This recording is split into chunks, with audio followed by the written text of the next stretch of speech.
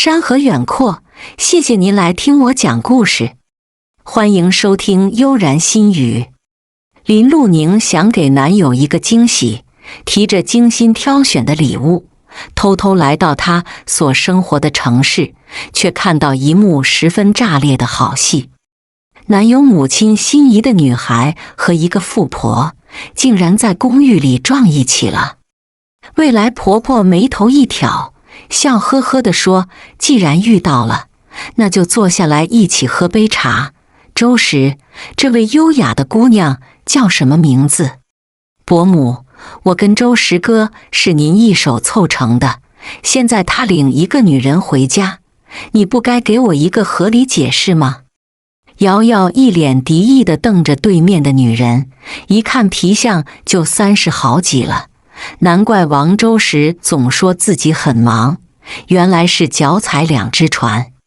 瑶瑶，别胡闹，这是我公司的领导黎娜，李总今天来家里只是吃一顿便饭。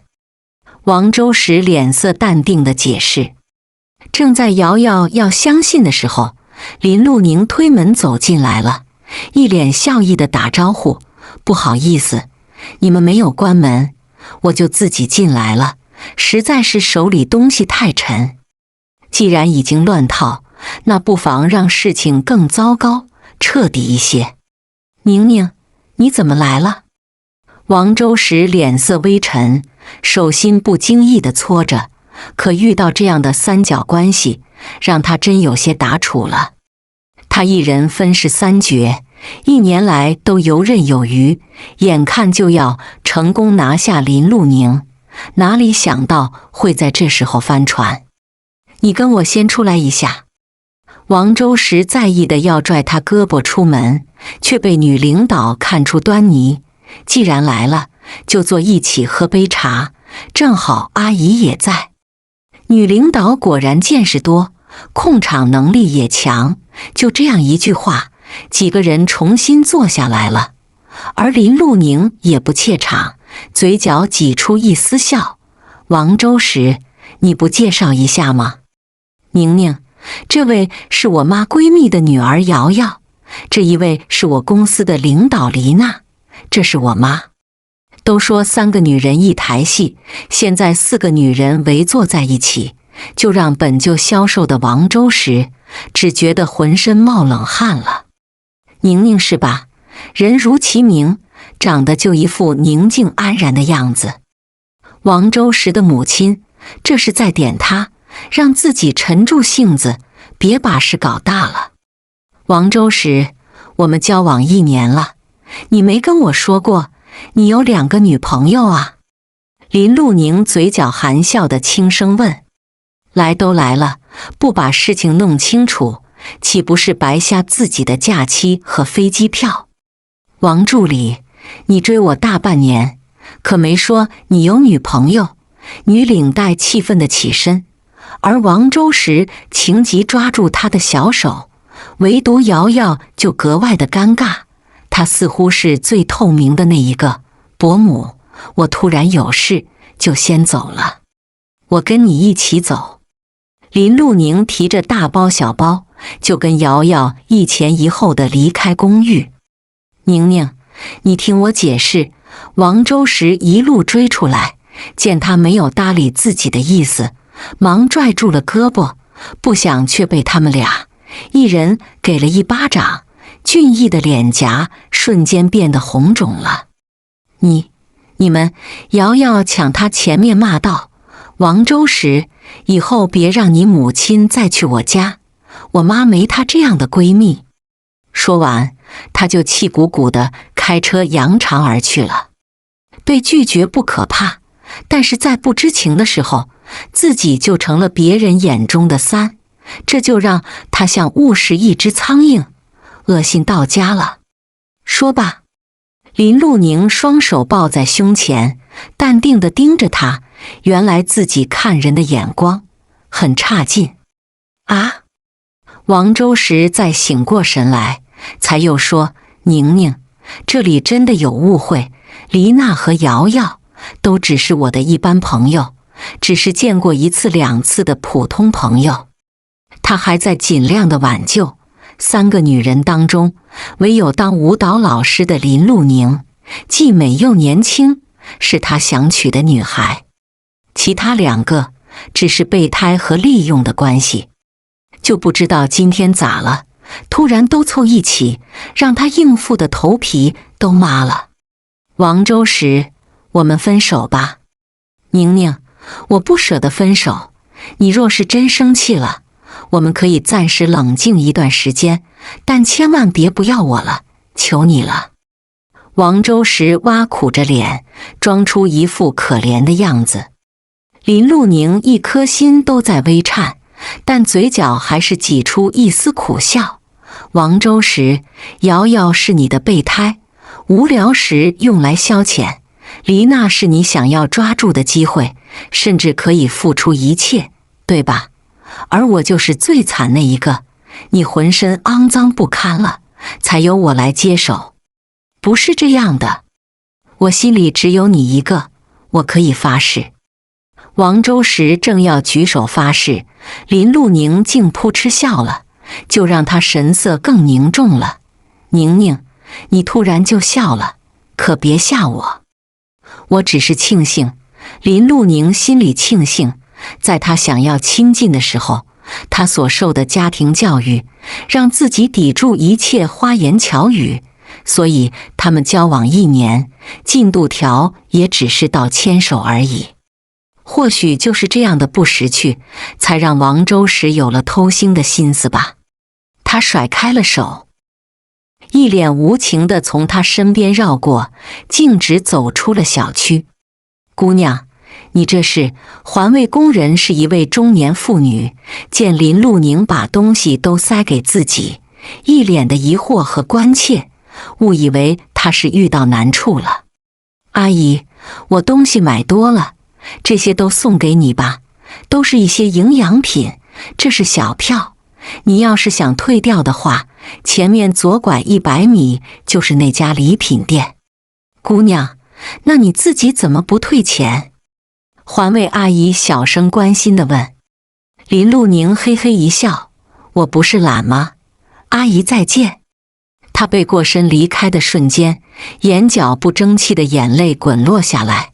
这就是自己逃避长辈安排，找的真爱男朋友，还真是够啪啪打脸了。在这个城市没有多待一刻，林路宁就直接返回工作的城市，他发誓再也不想来这里了。夜幕降临时，天空下起了小雨。林路宁回到生活的地方已经有半月了，但像今天这样喝得醉醺醺的时候还是头一次。因为今天她的前男友给她寄来一张新婚的请柬，足够讽刺，也正好触到她掩藏许久的悲伤，便一发不可收拾，就暂且让自己放纵一回。等明天太阳升起时，她又是那个令人羡慕，既美又有天赋的舞蹈老师。美貌和家世在天赋面前都变得不值一提了。稀稀落落的小雨打在她的脸上，格外的觉得舒服。微微发烫的脸颊竟爱上这种凉爽。林路宁伸出双手，承接着天空落下的雨滴，不断挥舞着双臂，像是在释放自己，更像是在尽力的舞蹈，让一旁经过的周庭眼直接看呆了。他从未想过一个女孩可以美到让人眼前一亮。然而砰一声，林路宁应声倒地了。阿周在情急之下只能背着她往附近医院奔去。在打了一夜的点滴后，床上的人终于悠悠醒来了。是你送我来的医院？他是不善言辞的，见他直直盯着自己，脸颊微微发烫，就连深邃的眼里也多了几分羞涩。这还是第一次他被如此明目张胆的注视。我叫林路宁，你呢？阿周。他在车祸醒来后忘记了之前的一切记忆，而这个名字就是他唯一跟过去的联系了。阿周，我昨晚没说胡话吧？他昨晚明知发烧还大醉一场，就怕昏迷中说不该说的话，那就丢脸了。阿周摇摇头，你一直说男人都不是好东西，除了你3个哥哥，我想你应该是幸福的。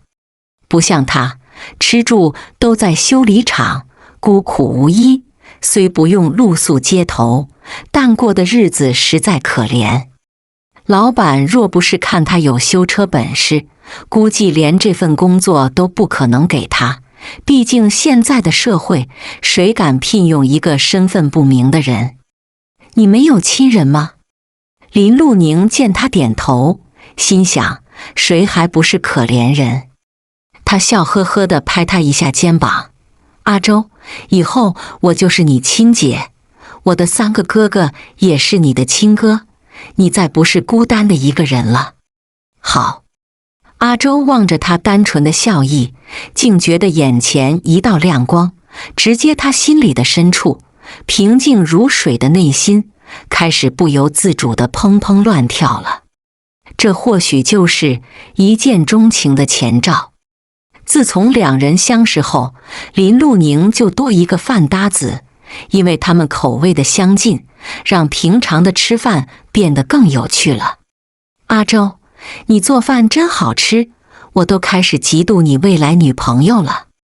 就是一碗普通的牛肉面，竟让他吃得狼吞虎咽，幻想着若是能吃他一辈子饭，会不会太奢侈？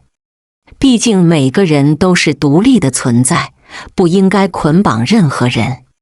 但若是恋人就不同了，可林路宁刚刚惨淡分手，打死他也不敢再招惹男人了。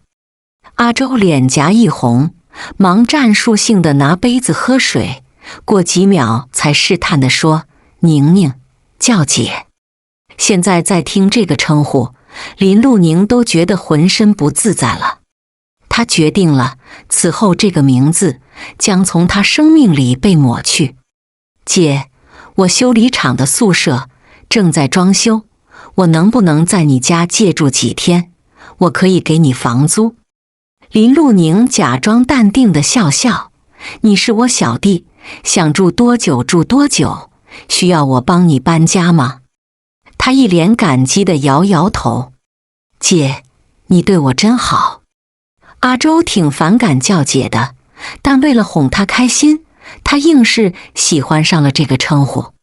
隔天的下午，阿周站在校门口等他，因为他们说好了要买菜庆祝，他们成为新室友了。好帅的小伙，也是我的菜。相继走出来的老师对站在校门口树下的阿周都赞不绝口。其实这并不夸张，就阿周的样貌和体型，丝毫不输1线明星，多看一眼都觉得赚翻了。阿周，林路宁朝他挥手，而阿周笑呵呵地朝他走近着。这一幕让经过的老师们都投来艳羡目光，他们就说嘛，好男人从来都别人碗里的菜。姐，你们学校的老师都很热情。他摸头害羞地说，如果林路宁也像他们似的对自己热络一点，那该多好。他猛敲一下他的头，我对你还不够好，房子都分你一半了，你还想我对你咋好？臭阿周，你不要小没良心。2人边走边吵架，在外人看来就像小情侣间的打情骂俏，让路人都羡慕不已。姐，刚才我等你的时候，有个女老师跟我表白了。阿周不是炫耀，他只是想让林路宁能用女人的眼光看自己，他不要一个姐姐，只想有个女朋友，因为唯有爱人才能是陪他到老的那个人。你小子很厉害吗？你可能不知道，我们学校的老师都眼光可高了，一般的男人可是入不了他们的法眼。林路宁得意地朝他竖起大拇指，有地如此，他也超有面了。哦，阿周俊逸的脸上闪过一丝失落，在去菜市场的一路上，他都有些心不在焉。林路宁以为他是在想念刚才的女老师。看来春天来了，万物复苏，到了该谈恋爱的季节了。晚饭后，林路宁在看跳舞的视频，一旁收拾完厨房的阿周见他正在伸腰，端来2杯红酒和一碟水果，挨他对面坐下来了。懂事。他正有些累了，眼前一杯红酒就让林路宁嘴角微弯，端起红酒杯微抿一口，才又说：阿周，你想谈恋爱了吧？他深受恋爱的苦，现在只想当个鸵鸟来疗愈受伤的心。但阿周就不同了，初生牛犊不怕虎，估计已经跃跃欲试了吧。他仰头喝一大口红酒，脸颊微红，像是酒不醉人人自醉。喜欢哪一个老师？我可以帮你。阿周又喝一大口酒，才猛然凑近他，突然的逼近让林路宁想要往后退，却被他用手抵住后脑勺。姐，你怕我？不是，我就是想去上厕所。他本能的想逃走了。阿周看出他的心思，却也并不想让他如愿，手心一用力，林路宁的头就与他贴得更近了。重叠的心跳声让气氛变得更诡异了，他居然还能闻到他身上淡淡的体香，一下子心慌到脸发烫了。姐，我说完你再去呗。他低沉而磁性的声音让他耳朵都发痒了。你说。林路宁压抑住心里的躁感，朝他淡漠的一笑，输啥不能输气势，这是他最后的底线了。姐，你觉得跟我谈恋爱怎么样？他压低声音地问。他竖起大拇指就开始一顿夸，那这个女孩子一定是最幸福的。阿周，你看上哪个女老师了？或者是去修理厂的女老板？他一阵的轻咳，来掩饰心里的紧张。我是喜欢上了一位女老师，不过她恐怕瞧不上我的工作。林路宁安慰地拍一下他肩膀，才又温声地说：阿周，我们认识快1个月了，你是个善良有责任心的好男人，我觉得那个女老师只要不眼瞎一定会喜欢你的。真的。他眼里有亮光地盯着他笑，如星辰般的眸子让林路宁都觉得脸颊微烫了。千真万确。他起身想去洗手间，却在转身的时候被他握住了小手。阿周慢吞吞地说：我喜欢你，林路宁。时间仿佛静止，林路宁清下嗓子，才迎上他那灼灼的目光。阿周，我不谈恋爱的。你可以不喜欢我，但我还是会喜欢你。他被这番直白的表白整得愣在原地了。林路宁清醒地从他手里挣脱，眼神淡定地看向他。阿周，我刚分手1个月，你是知道的。从雨里把他扛进医院，还陪他打了1夜的吊瓶。爱情的伤，林路宁不想再尝一遍了。阿周很好，但他也是真怕了。林路宁，你听过一句话吗？疗愈一段情伤最直接的方法，就是开启一段新的感情。我不一定是最合适的，但愿意碰你走出那段过往。见他不说话，阿周凑近他耳边轻声又说：我们可以试着谈一次吗？不得不说，他已经把小奶狗演绎得入木三分了，尤其楚楚可怜乞求的小眼神，终于让林路宁有些许犹豫了。那就试试。他不想把人整哭，更不想扫兴，那就只有勉强答应了。不过跟弟弟谈恋爱，真得能香吗？夜深时，林路宁刚躺床上想玩手机，某人就端一杯温牛奶，小心地推开门了。你睡眠不好，以后每天一杯温牛奶。我正好渴了。他兴冲冲地下床接过牛奶，一股脑的都给喝完。他伸出手指擦净他唇角的奶渍，这波贴心的操作让林路宁傻愣在原地。该死，又帅又体贴的弟弟，让他瞬间上头了。他开始感谢前男友扎自己一刀了，毕竟能换来这样温柔的小奶狗。他突然觉得失去是为了得到更好的。晚安。阿周瞥见他轻薄的睡裙，若隐若现的好身材，瞬间就脸一红。晚安。林路宁踮起脚尖，才刚好碰到他的薄唇，微微一吻，就匆匆躲被子里了。阿周也耳廓通红，借故放杯子，红着脸的闪出卧室。第一次亲吻让他们都有些猝不及防，却又让彼此的关系更进一步。而林路宁也终于明白一件事，他之所以抗拒王周时的亲昵，或许是自己潜意识里觉得他并不适合做男朋友。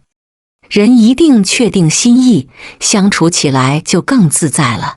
再加上小男友足够养眼，让林路宁觉得能与阿周在一起是上天安排给他最好的相遇。就算阿周只是一个修车工，没房子没车，连每月的工资都少得可怜，那又如何？林路宁就是喜欢上了他，被他的真情打动。就当他是恋爱脑吧，人在年轻的时候，谁还没做过几次令自己后悔的事？就算阿周也是一个渣男，他林路宁也爱了。林老师，最近怎么不见你小男友了？张老师巧遇林路宁在门口等公交，主动凑上前打招呼。倒不是嫉妒，他就是忍不住想八卦一下。他跟着老板出差了。张老师，最近也没见你男朋友，是不是又换人了？林路宁也不忘笑着调侃他。他们平常就是这样的相处模式，算不上朋友，但也关系不坏，就是单纯的好同事。又被你猜到了。我跟你讲啊，不管是小奶狗还是小狼狗，都不如大叔来的情绪稳定。我决定了，下一个男朋友就找一个稳重有内涵的大叔。林路宁坐车子的最后排，望着窗外转瞬而逝的景色，联想到张老师说的话，他竟莫名惆怅起来。某人出差半月，连个电话都没打过，难道他真的又遇到渣男，拿走自己给的2000块钱，就人间蒸发了？露露，我明天晚上到家。他的微信多条信息，看一眼后，林路宁嘴角一扯，情绪还没调整过来。我想你了。见他发来一张自拍照，黝黑的皮肤透着光，不减反增，让他变得更痞帅了。抿唇一笑的样子，让他无端的脸颊绯红了。那，你想我了吗？他握住手机，紧张地等着，见手机上回一个响字，阿周瞬间就傻笑起来。出差半月，见不少美女吧？他情绪总算缓和，也想起来开玩笑了。他沉默了几秒，才发了个美女。在我眼中，除了林路宁，其他只有男人。这个回答让他嘴角微弯，终于被哄乐了。露露，我在你眼里能排第几呢？他忐忑地问。他有3个哥哥，还有疼爱的父母，还有几只猫和狗，那他估计要排末尾了吧？林路宁想了想，除了家人，你勉强算第2吧。阿周，你不在日子，学校的食堂把我吃瘦了。他们交往快半年了，这一次分开半月，让他心里像被掏空一般，着实不是滋味。原来习惯一个人的存在和陪伴是这么可怕的一件事。林路宁突然变得患得患失了。我也瘦了，是因为想你。阿周没等来他的回复，但唇角却始终微扬。能遇到林路宁，并跟他相爱，是他一辈子最大的幸运了。林路宁抱着手机，竟傻笑起来，见旁边的人投来异样目光，看了一个笑话。啥好玩的笑话？也给我瞧瞧。社牛大姐说着就往他手机里瞅。林路宁忙关了手机屏。大姐，我到站了。直到下车了，林路宁才长吁一口气，幸好没被大姐看到，不然就丢脸死了。走在回家的路上，林路宁嘴角始终挂着笑意，他觉得路边景色都变得更美了。隔天傍晚的烛光晚餐，阿周将一个信封递给他，林路宁看一眼后，竟一时语塞了。里面有5000块钱，是这次出差挣的钱，还有一条珍珠手链。瞥一眼他指腹的伤痕，他眼眶竟瞬间红了。你不会从河里现找的珍珠棒吧？我自己找的珍珠棒，自己编的手链，不算太丑吧？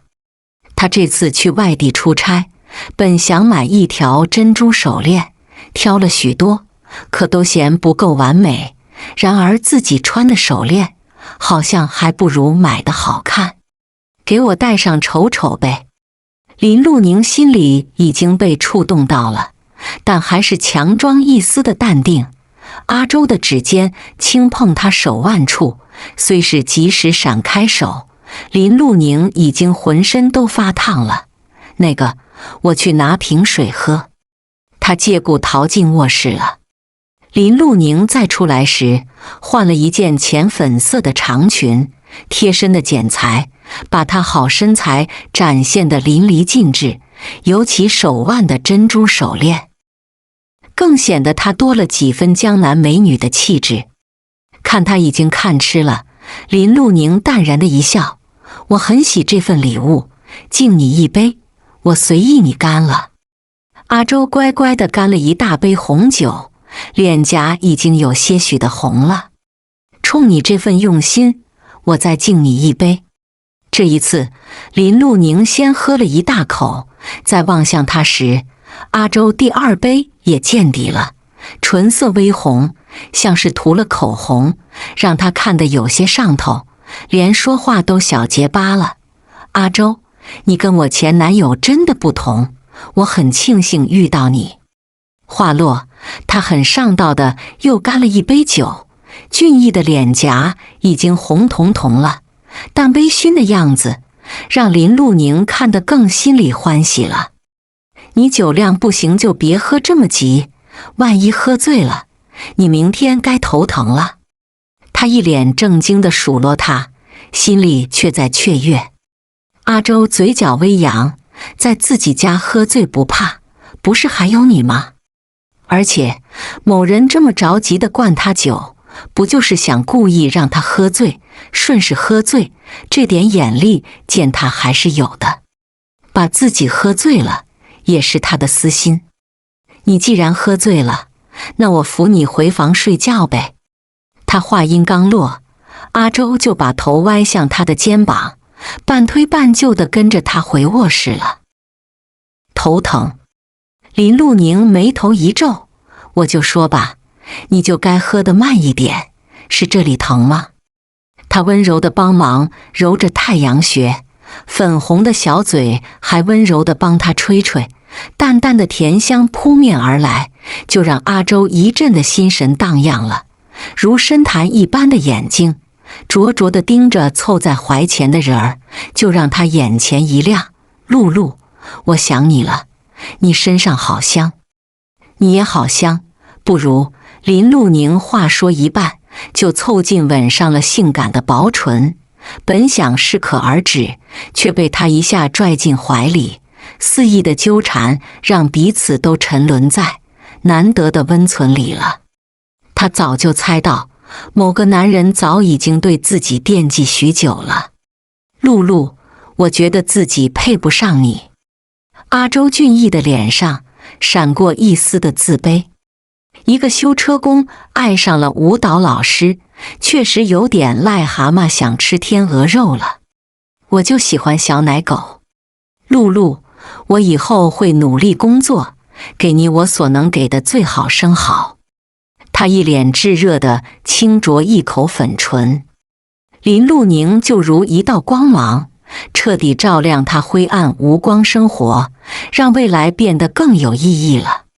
阿周，我就喜欢你，而你也只能我来养。好，我的这辈子、下辈子、下下辈子都被你预定了，答应我，永远别离开我好吗？阿周失去记忆，都没像此刻这般惧怕，会在哪天失去林露宁。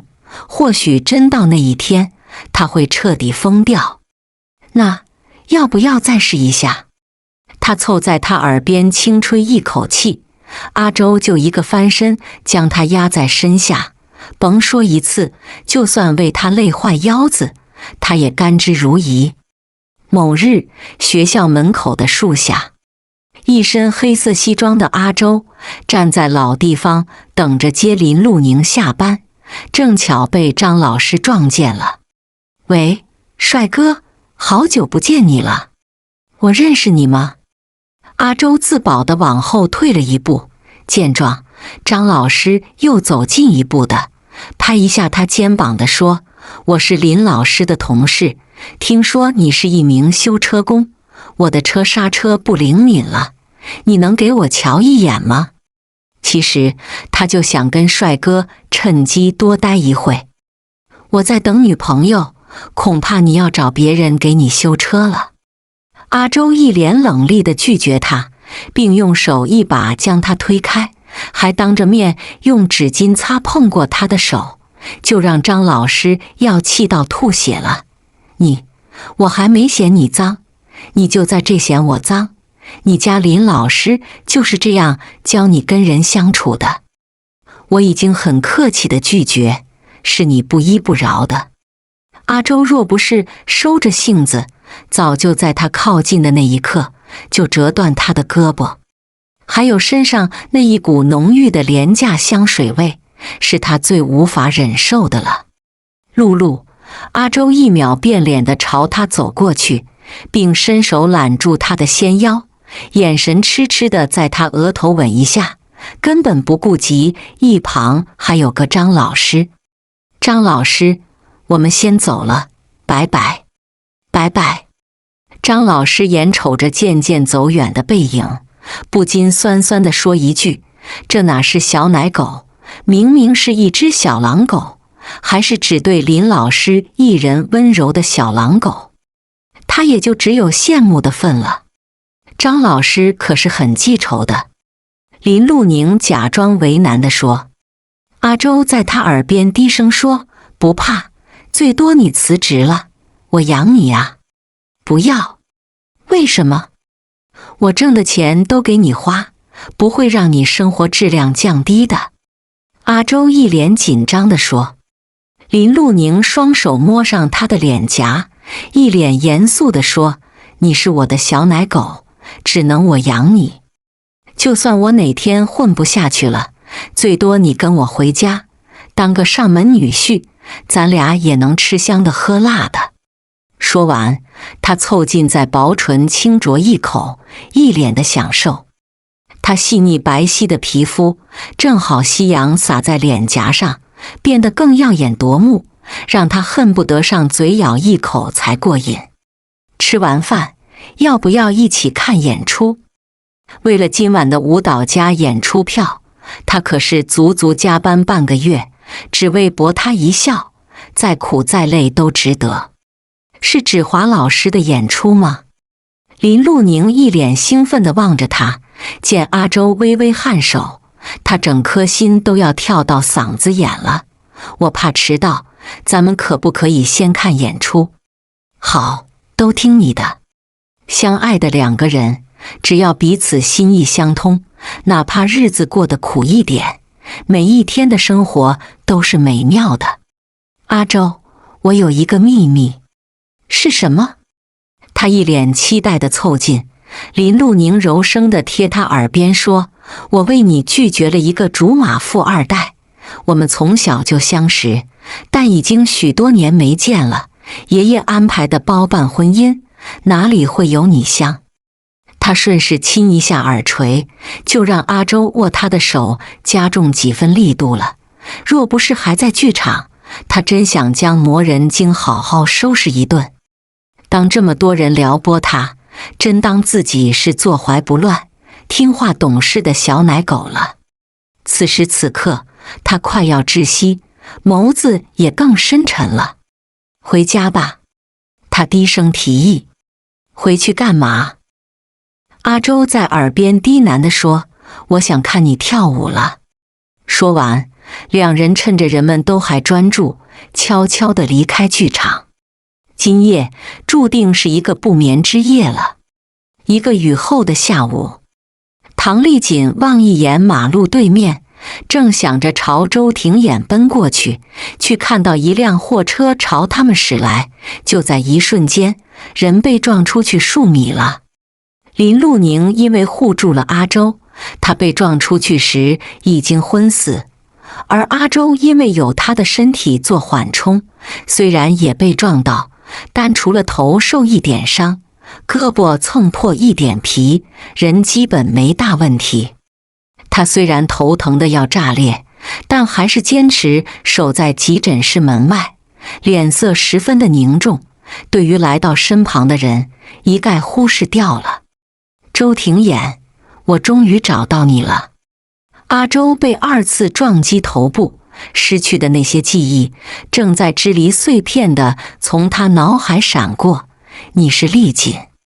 爷爷给出的2个方案之一，唐丽锦是豪门千金，人没有能力，只可惜与自己太像，以至于为躲他，才有了去外地出差的那个车祸意外。是我，周庭衍，爷爷在家等你，你该先回家一趟的。等他醒来我再走。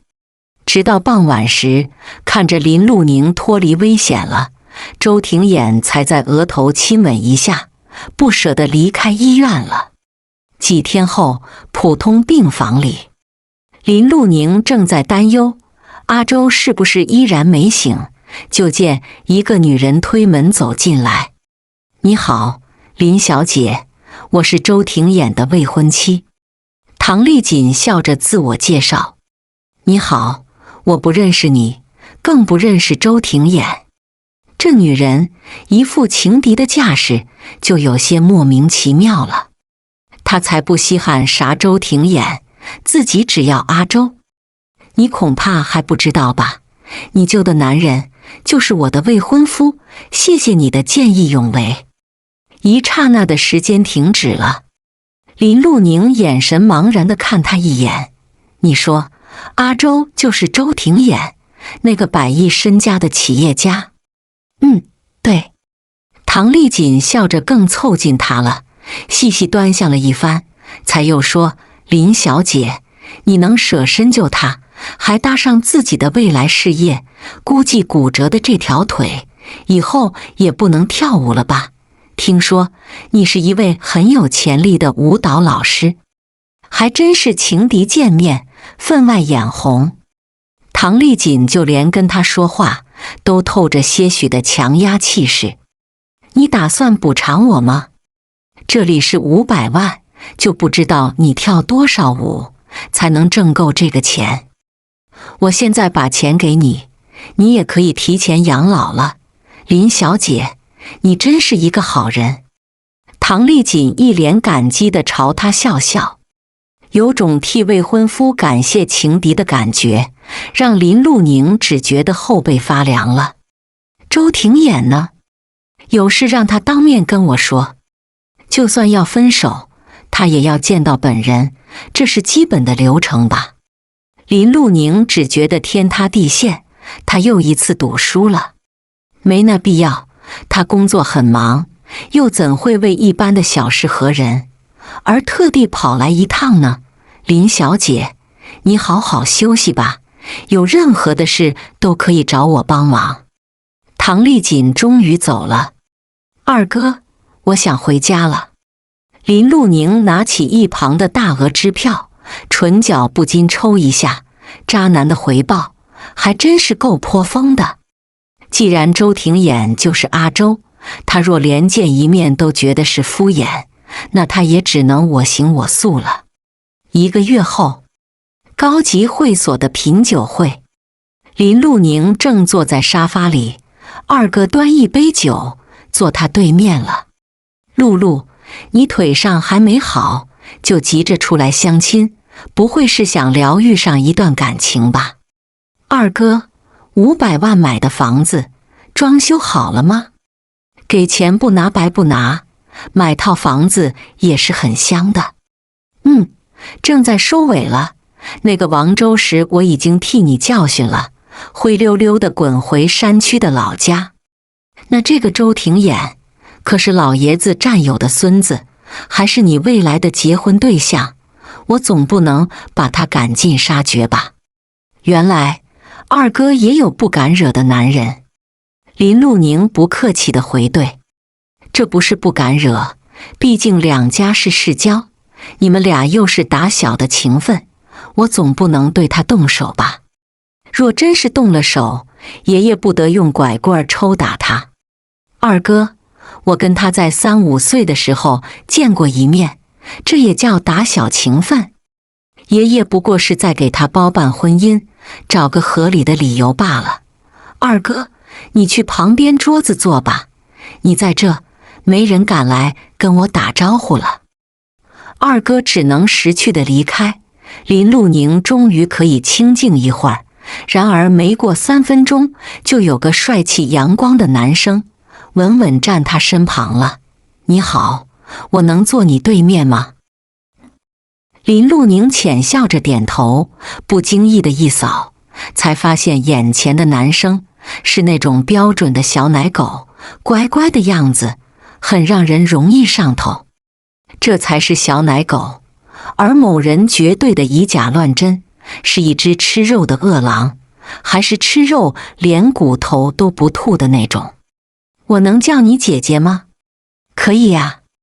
林路宁笑着跟他聊起来，简单的了解后，他才知道眼前的小奶狗是标准的富二代，还是大4的学生，不过已经有自己的音乐团队，是一个有能力而有潜力无限的男人。你真的很棒，他客套的赞美让郑浩彻脸颊一红。我也喜欢姐姐。林路宁尴尬的一笑，突然被表白了，他还真有点觉得不习惯。姐姐，我能请你跳支舞吗？不等他接茬儿，一个身影就杵他们面前了。周廷衍脸色铁青的轻咳一声，他不能陪你跳舞，因为他腿断了。我可以。林路宁刚说完，就被他扛着走出了会所。你放我下来。他挣扎得厉害，终于被周廷衍放了下来。两人四目对视，眼神里尽是火药味。他生气某人的突然消失，周廷衍恼火，他在为他们的事忙碌，而他竟趁机跟别的男人调情。我腿断了，周廷衍先生还知道啊？他不客气地反问。我有去医院找你，可你当天就出院了。露露，你整整躲我1个月，是生我气了吗？周廷衍步步靠近着他，不知不知觉，林路宁被抵到墙边了。他心虚地清下嗓子，我是被某人的未婚妻收买了，以500万的价钱把某人卖给了他的未婚妻。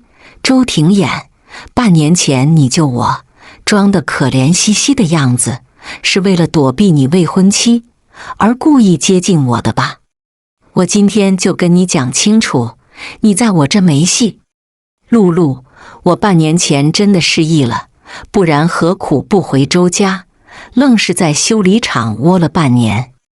我爱上了爷爷占有的孙女，你说咱俩是不是天生的一对？周庭眼单手将他双手举到头顶，轻身压向了他，低头吻上了粉唇，肆意而霸道地纠缠许久。在分开时，两人的唇上都有一丝的血迹了。他却笑得格外的邪魅。露露，你还是那么主动，这叫自我防卫好吧？周庭眼，我们俩玩完了，你娶你的唐丽锦，而我找我的郑浩彻，咱们各自安好，互不相欠了。晚了。他一脸邪气地说。为啥？你不会找人把他给打了吧？周庭眼，我可警告你，他家里不比你差劲，也是本市数一数二的豪门，你惹大麻烦了。林路宁一字一顿地说。你在关心我？周庭眼用指尖擦净他嘴角血迹，一脸宠溺地盯着他，一身高定的礼服让他更美更诱人了。你脑子被撞坏了吧？我现在只想跟你撇清关系。林路宁想推开他，却被抵得更紧了，险些窒息的时候，就听周庭眼低哑地说，林爷爷已经收了我的聘礼，两家长辈也同意了我们的订婚，你现在是我名正言顺的未婚妻了。露露，你想反悔也晚了。不然以为他这一个月都在瞎忙吗？自然是为了他们的终身大事而忙碌。周庭眼只是没想到，他在忙着娶她进门，而某人儿却马不停蹄地见相亲对象。若是再不出现，估计心爱的女人真要被人挖墙脚了。你现在不失忆了？他笑着点点头，过去和现在的记忆都在我脑子里装着，尤其是你，已经占据我的整颗心。露露，是你让我明白爱一个人的幸福，也是你舍身救我，我还想以身相许，报答你的救命之恩。你现在不能不认账了吧？周庭眼有些撒娇的在他额头轻吻一下，许多天的思念终于在此刻得到一丝的释放了。露露，你已经得到我的人，不能半路就想抛弃我吧？我可认定是一辈子都是你的人。他一脸深情地说。可我现在后悔了。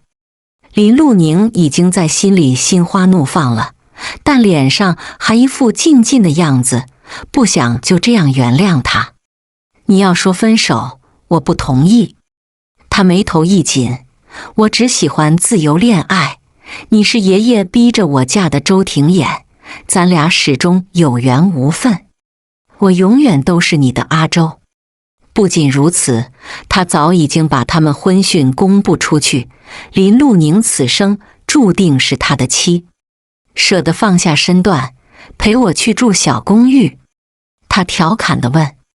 周庭眼在他耳边柔声地说，我还可以为你做上门女婿，有3个大舅哥在，我永远逃不出你的五指山。